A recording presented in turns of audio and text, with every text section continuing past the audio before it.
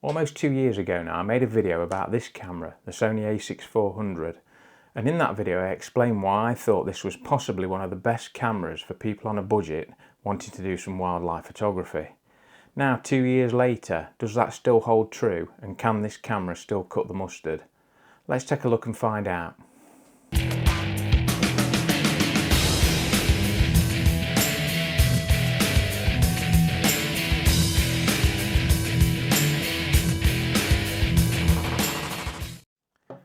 Right, so what are the specifications for this camera body? Well, I'm going to pop some of those up on the screen now, some of the most important ones, but the highlights for me are that this camera shoots at 11 frames a second, it's got 425 phase detection autofocus points, and it's a 24.2 megapixel crop sensor body, which makes it extremely compact. So anybody who's looking for a really lightweight compact system, then this certainly fits the bill. This has actually got an L bracket on it at the moment, so it's making it slightly bigger. Some people like to do that so that the grip's bigger for the hand. But yeah, it's a very, very compact body. Now what I'm going to do now, I'm going to do what I enjoy best. I'm going to leave the A7R3 at home. I'm going to take this camera out and I'm going to spend a day shooting with it with the 200-600 lens and see if it still does provide a fantastic little body for wildlife photography. Let's get out there and do it. Morning everybody. Well, I thought this morning what I'd do is come out to Langford Lowfields, which is just across the river from where I live. It's an RSPB reserve. Been here loads of times before, but I thought it'd be a good test for this camera. So what I'm gonna do, I think today is, first thing today, I think I'm just gonna have a wander around the reserve and just take some shots if I can.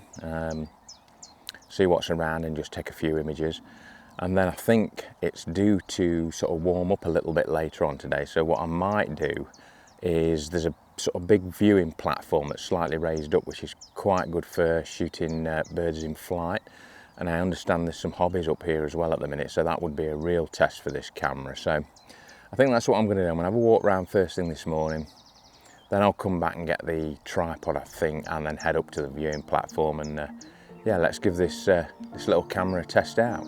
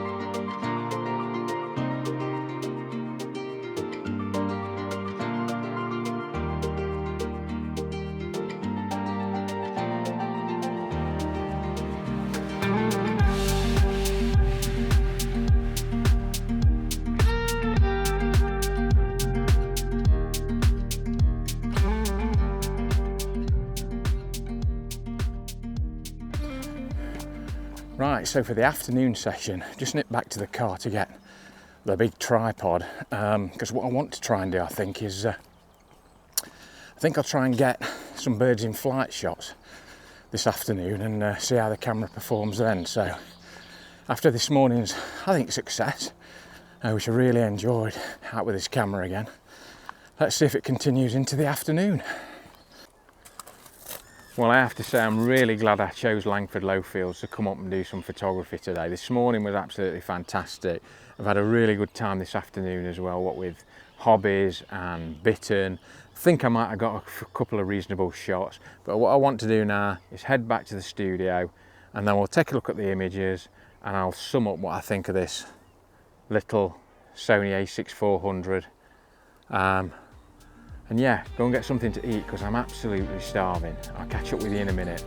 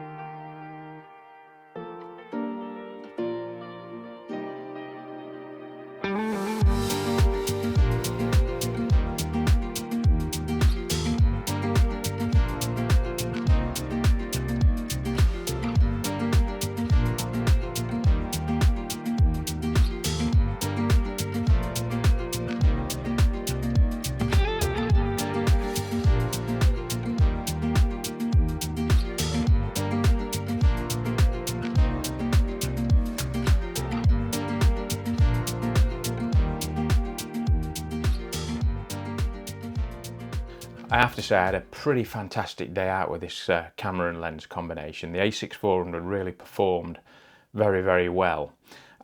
Just one of the elephant in the room that I want to address before we get into the pros and cons of this little camera is the fact that I'm using it with the Sony 200 to 600mm lens. I have to say this is an absolutely fantastic lens. I really do love it, but I have used the A6400 with a Tamron 150 to 600 G2 and also a Sigma as well, 150 to 600. When I was using that, I was using a Metabones adapter and it performed exceptionally well. The reason I did that at that time a couple of years ago is because I was at the point of switching over from Canon to Sony, so I was still running Canon cameras as well as Sony, so I needed a lens that I could use with both cameras, if you see what I mean. Once I went right over to Sony, then obviously I got this lens, which is a Sony E-mount. So I was really, really impressed with the A6400 when it was working with the Tamron 150-600 G2 with the Metabones adapter. So with an E-mount lens, third-party lens, I can only imagine that the performance would be even better. So first of all, let's take a look at the plus points for this camera. Well, it has an exceptionally good autofocus. Now, obviously, if you're talking the top models, it does lag a little bit behind those, but to be honest, it's not that far. It's really, really a very capable autofocus on this camera.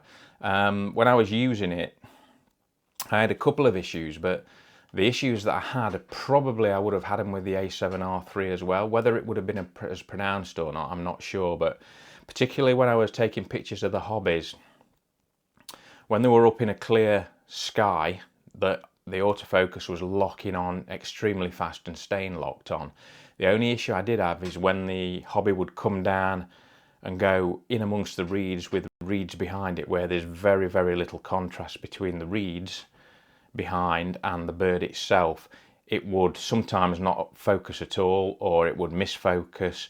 But as I say, I don't think that that is a critical problem with this particular camera. I think all cameras struggle to a lesser or more extent when you get those areas where there's little contrast between your subject and the background. The camera has trouble differentiating between the two. So the camera will shoot at 11 frames a second. In silent shutter mode, that drops down to 8 frames a second. Now I have to say, for me, that's more than enough. I think if you drop down to sort of 5 frames a second, it's not enough. But when you get up to 10, 11, it seems to me a little bit of a sweet spot, especially for a camera, don't forget, that's 4 years old. There are very few instances I find where I'm thinking, I wish I'd got 30 frames a second or whatever. Something like the hobbies, you know, potentially, yeah, you want to try and get as many shots as possible, but for most instances, 10 or 11 frames is adequate. So it does a really good job, and as I say, at that price point and for a camera that's 4 years old, you know, I don't think you can go wrong really. Now I find these days that I'm doing an awful lot more wildlife footage as well as stills, and this camera is very, very capable in that department as well. It'll shoot 4K video at 30 frames a second, but it will also do slow motion, which I tend to use a lot. It'll shoot 120 frames a second at 1080p as well, so yeah, really useful in this small package. Now, I've already mentioned the silent shutter on this, and coming from DSLRs, I know that a lot of those would list that they had a silent shutter mode, which actually it wasn't silent, it was just slightly quieter than the normal shutter. This is completely silent, and that is really useful, especially when you're doing mammal photography. Sometimes actually when I was shooting with a DSLR, you would use the sound of the shutter to alert the animal so it looked in your direction. But it's much more useful if you can stay hidden taking shots and just wait for the animal to turn in your direction naturally, and that's more what I do these days. And this silent shutter is completely silent, so you know there's no sound at all, which is absolutely fantastic. Now, if we look at the size and weight of this camera, it is really small. You know, you can almost put it in your pocket. As I say, this has got an L bracket on it, so it makes it look slightly bigger.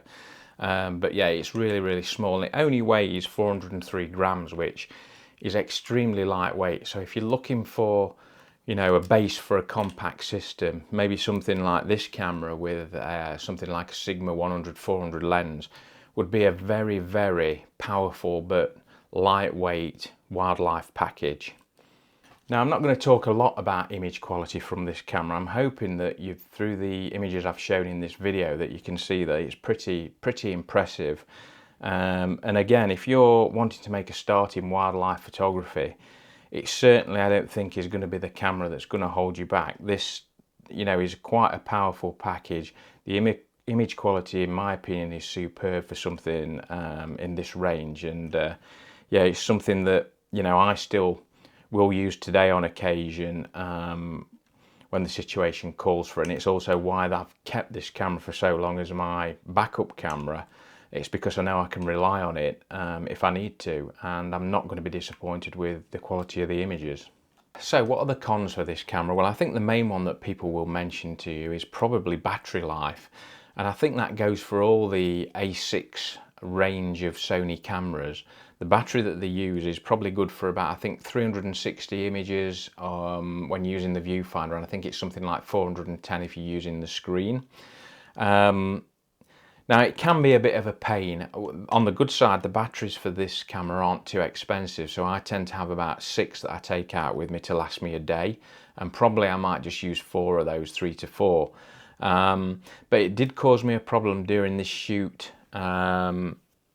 the other day. In the morning session, if you see the hare picture that I took in the video, my method for taking pictures of hares is if I see one down, like I did there, down a tractor tyre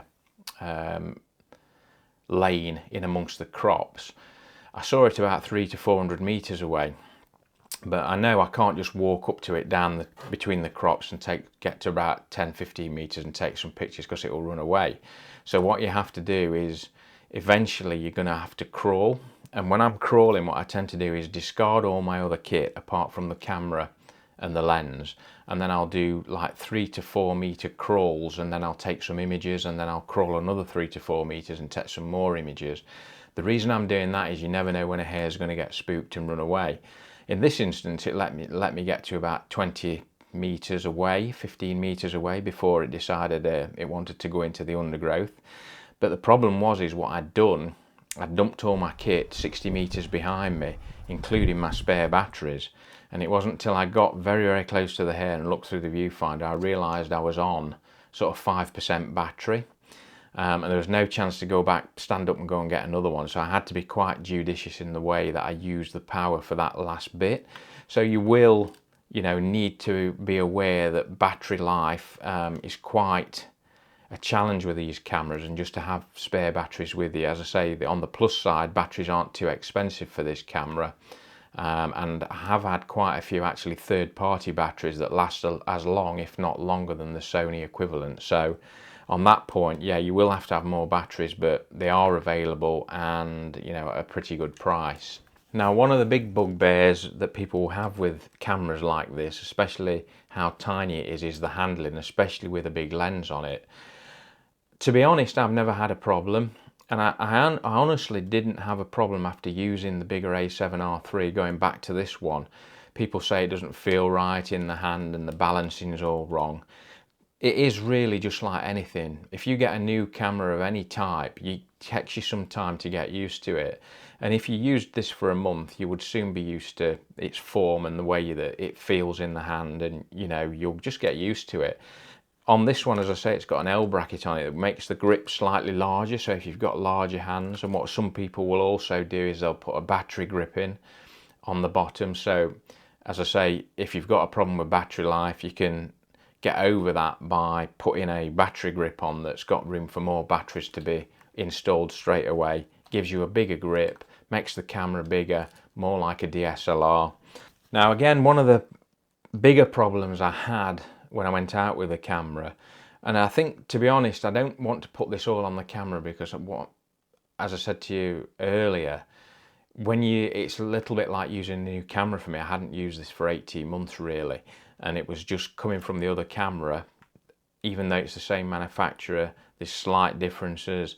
This one doesn't do things in the same way, or it doesn't have the same options as my other camera's got, and it's a little bit more of a fiddle to get to the same thing.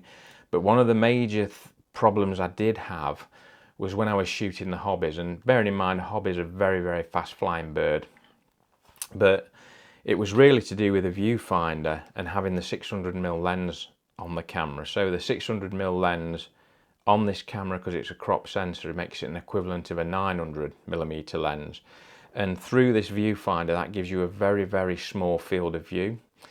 Now because it's a 24.2 megapixel sensor, you can crop the image, but you can't crop it nearly as much as you can on a 42 megapixel sensor that I've got on the other camera. So I was relying on it already being cropped in effect with the equivalent 900mm to get that closeness to the subject. So the problem I had is, shooting the hobby, I would see it up in the sky or coming across the reeds. I'd put the camera up to my face, look through the viewfinder, and because the area of view is so small and a hobby's flight is so erratic, on some occasions I would find that the hobby wasn't in the viewfinder anymore. It had either flown through, it had gone up, gone down.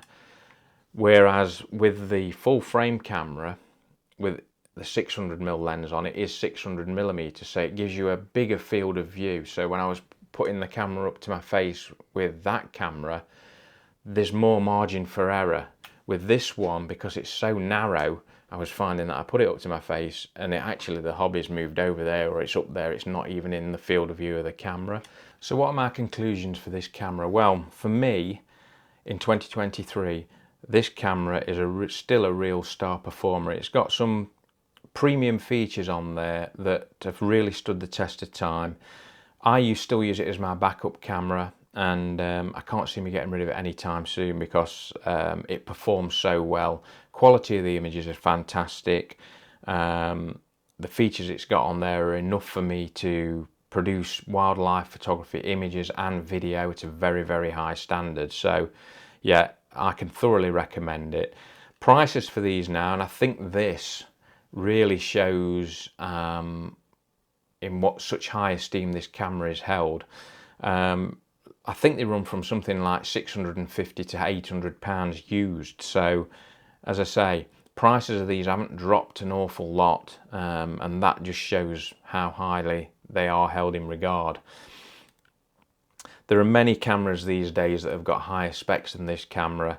They also come with much higher price tags, but I have no fear of saying that if you're a beginner in wildlife photography and you want to make an investment in your first wildlife photography camera and you want to go mirrorless, this is really, really one to look at. I have no hesitation in recommending it at all. I used it for a number of years before I got the A7r3 and it never let me down. Anyway, I hope you've enjoyed this video. If you have not subscribed to the channel yet, then perhaps take a look at this button here, hit that, and you'll see all my content as it comes up. If you want to see more on mirrorless cameras and third-party lenses, then maybe take a look at this video over here. I'll see you next time for another one. Bye.